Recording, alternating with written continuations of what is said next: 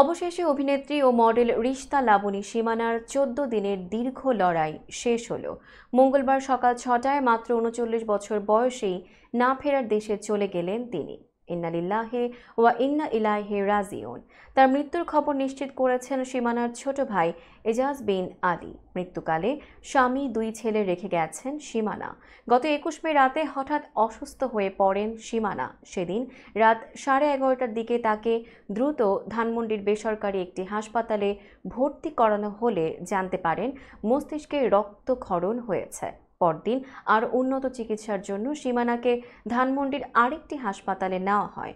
এরপর চিকিৎসকদের পরামর্শে তাকে ঢাকার আগারগাঁওয়ে ন্যাশনাল ইনস্টিটিউট অব নিউরোসায়েন্স হাসপাতালে ভর্তি করানো হয়। গেল কয়েকদিন সেখানেই চিকিৎসাধীন ছিলেন তিনি। গত শনিবার এই হাসপাতালে তার মস্তিষ্কে অস্ত্রোপচার করা হয়। গত বুধবার বিকেল থেকে সীমানার চিকিৎসা চলছিল ঢাকার বঙ্গবন্ধু শেখ মুজিব মেডিকেল বিশ্ববিদ্যালয়ে। সীমানার শারীরিক অবস্থা প্রতিনিয়ত অবনতি হয়েছে। শুরুর দিকে তাকে আইসিইউতে রাখা হলেও বুধবার থেকে লাইফ সাপোর্টে রাখা হয়। বুধবার বঙ্গবন্ধু শেখ মুজিব মেডিকেল বিশ্ববিদ্যালয়ে আনার পর পরীক্ষা নিরীক্ষা করে তাকে লাইফ সাপোর্টে রাখা হয়েছিল। রোববার সীমানার ভাই এজাজ বিন আলী জানান তার অবস্থার আরও অবনতি হয়েছে।